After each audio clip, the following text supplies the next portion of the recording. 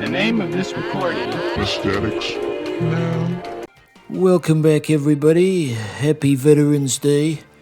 What better way to salute our brave heroes in uniform? Oops, I guess that thing don't work no more.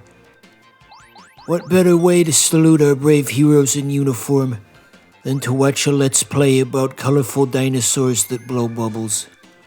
After all, that's what Vietnam was about or something. I guess I was sick that day when they taught about that in school. So anyway, I wanted to look at Classic Mode next. This is a remake of the original that came out in the arcades. I guess the main difference being that it's in 3D. I really have to hammer in the whole 3D thing because that's quite literally the only defining feature of this game. If it didn't have that, it would be completely forgotten. I guess it already is kind of forgotten even though it does have that. Ask yourself how many people in your life are familiar with Bubble Bobble Neo. Ask your grandma. A few people might think of the original Bubble Bobble and assume you just said that. You'll say, "No, you fool, I'm talking about the Xbox Live version that you can't buy no more." You have to clarify such things. But yeah, ask your grandma what she thinks of Bubble Bobble Neo for Xbox Live Arcade. We'll do some fan participation, as it were. Maybe it'll go like that Pro ZD skit where he asks his grandma to identify the Smash Bros. Characters. And then his grandma's just him in a wig, of course. And she's weirdly educated on the history of Nintendo.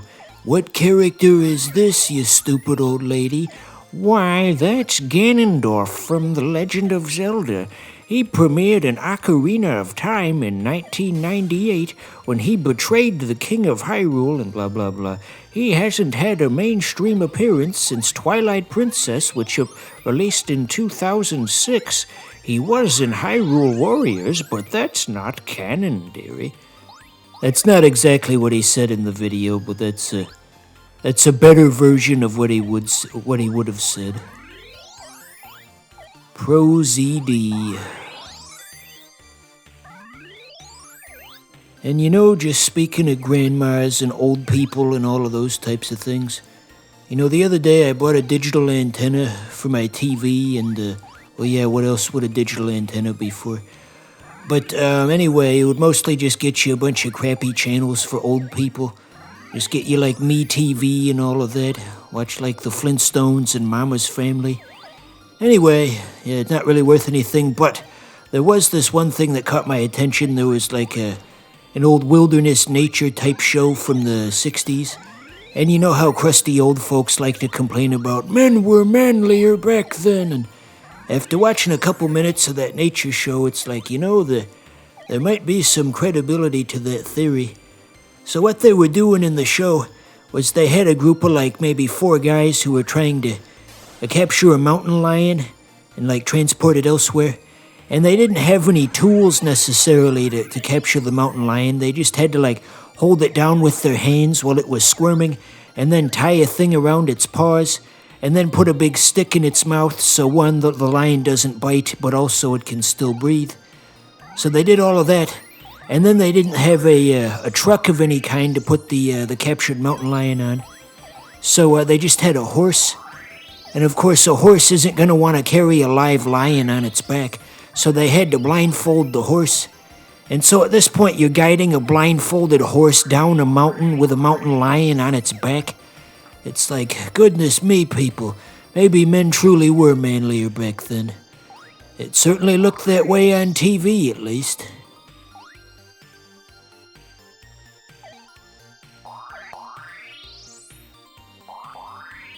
But anyway, getting back to the game, you know, the first time I ever encountered this franchise wouldn't have been the NES version. I'm not that old, for heaven's sake.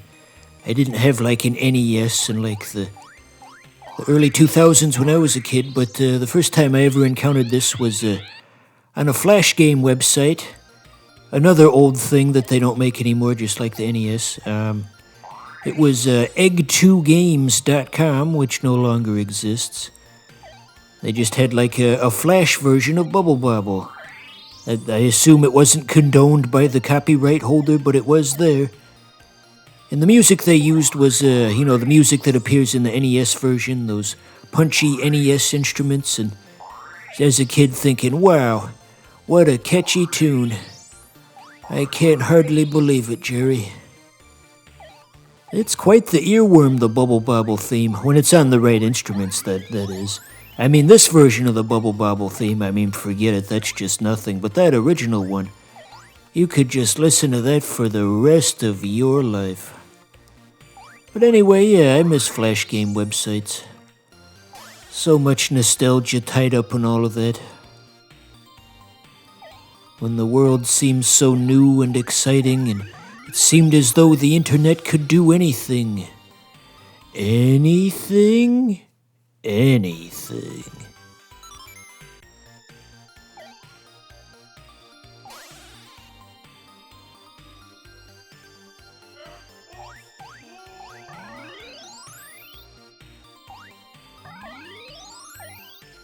So, if you can get that flashing cross up there, by the way, it does a screen clearing move. I think that was in the last episode too, but we didn't address it.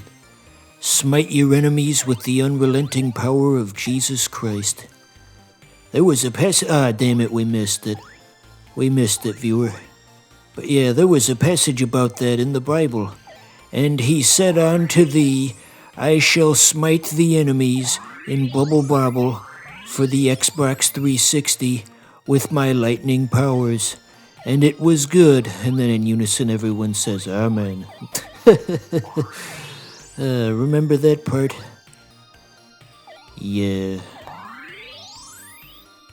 I suppose in some circles that might be considered sacrilegious, but thankfully nobody actually watches this channel. I'm not famous enough for that to matter. There won't be an angry Tumblr post about me or anything of the sort. When you're a nobody, you can pretty much do whatever you want.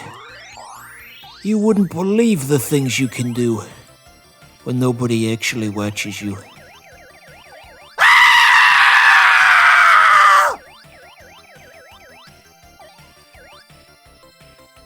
Yes, indeed, you can pretty much do it all.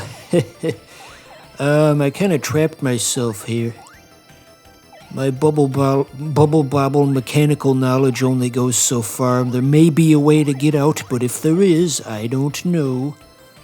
I never did finish my story about Egg2 Games from earlier. So yeah, the website Egg2 Games went out of business in 2012, apparently. And earlier today, I just thought I'd type in the URL just for the sake of, just see what happens. And somebody out there decided to be real funny when they sold the website. If you can try this at home. If you go to www.egg2games.com nowadays, you just get rickrolled. It just redirects you to the video. I couldn't believe it. I just stood there in disbelief. Disbelief and perhaps admiration. That is the fate of the website that brought me so much joy as a young lad.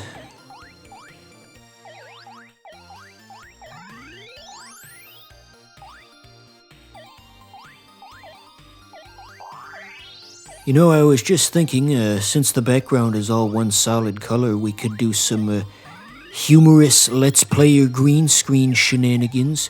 I could replace the black with something funny. Could put in like a clip of like Northern Lion or something, and he says, the squares are a terrible shape for juice boxes. How do you get the juice out of the corners? Yeah, we could do that. Just with that whole juice boxes thing, I've mentioned it on the show before. When that originally happened, obviously he knew it wasn't a good joke. He was just recanting something that came to him in a dream. But then the chat started fucking with him, and they were saying, that is a really good joke, actually. And they were pretending like it was the funniest thing they ever heard. And he kind of started going along with the lie, and it's like, well, maybe that is pretty funny. I mean, just the way people are reacting to it. They convinced him that something that wasn't funny at all was, in fact, quite humorous. And one day he's going to try it out on some group of people who aren't familiar with that joke, and he is going to be very sorely disappointed. Just like this one thing I saw where this guy got pranked once, where there was two kids in the car listening to the song Welcome to Miami by Will Smith. You know, Will Smith, keep your name out of my mouth. Yeah, that guy. And, yeah, they were listening to that, and, he was just a dumb kid, and he didn't know what Miami was. He thought it was M-Y space Amy, like that was two words, Miami. And so his older brother started messing with him, and he said, yeah, you got it right. Miami. Amy means like a place that you're from. It's like your hometown, and the younger brother just kept that in his mind for years and assumed that was correct. And then one day, he was giving a presentation for school there, and he was saying to the people he was presenting to, Miami is a small town in Iowa. And everybody started laughing at him. And then it clicked for him, and so he angrily called up the other brother, and he's like, what the fuck? That's not what Miami means. And the older brother just, started laughing at him. And it took 10 years for it to click for him, but that joke finally had a payoff. Funny stuff. This guy looks like a Moonanite, doesn't he?